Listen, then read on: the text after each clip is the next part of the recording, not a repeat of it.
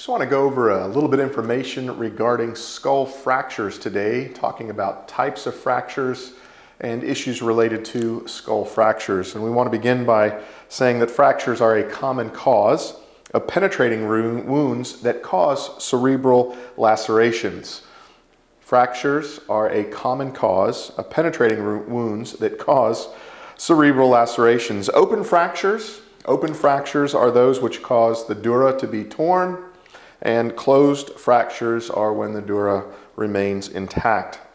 Fractures by themselves do not cause neurological issues or damage, but a great deal of force is necessary to cause a skull fracture, and it is that force which often produces neurological trauma and damage. So the underlying structures are often damaged by the force of the blow necessary to fracture the skull, and not always by the skull fracture itself, not usually even by the skull fracture itself.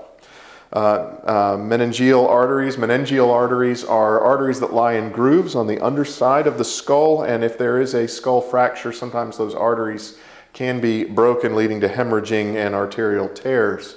So there's a great deal related to skull fractures to keep in mind. Neurological damage from the force, penetrating and non-penetrating wounds related to whether the dura is torn or not, and also the meningeal arteries there in the grooves underneath the skull can be torn or damaged, causing hemorrhaging. All those things are related, but I want to return our attention now to types of skull fractures and how they can be properly identified.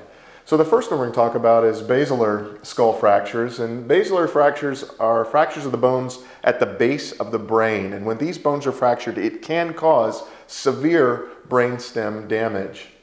So basilar bones broken at the base of where the brain is, those bones are fractured. They can lead to severe brainstem damage.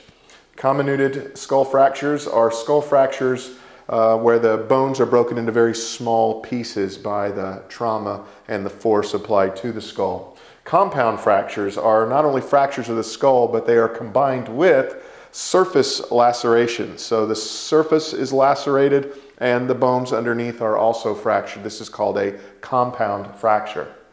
Depressed fractures are fractures where the skull material bone is pressed inwardly into the underlying brain tissue and the dura tears. This would of course cause it to be an open fracture because of the tearing of the dura. So pieces of the skull are depressed inwardly onto the brain tissue and the dura itself tears. And then finally, linear or hairline fractures are thin fractures in the bone of the skull without any splintering. Now, if there is splintering in the skull, then we've got one of these others up here, probably a comminuted one, because of the splintering of the bone into many small pieces. So these are the basic forms of skull fractures, issues related to skull fractures. Remember, it's not always the fracture itself that's causing the damage. It can obviously cause damage as the bone is depressed into the brain tissue underneath, or in this case with the basal one, severe brainstem damage. The bones themselves can do damage to the underlying tissue, but often it's the force applied necessary to cause the fracture that is damaging the underlying tissue. So it's not always the bones, it's the force applied to the bones, damaging the underlying tissues, and then sometimes the bones will add to that damage in the brainstem or other places. Anyway, this is a basic overview of skull fractures, things related to it. If you'd like to learn more, then you can click on the link that's underneath this video. When you do, it'll take you to the web page with that information. And while you're on that web page, you'll also find a link there to an ebook that's ready for immediate download.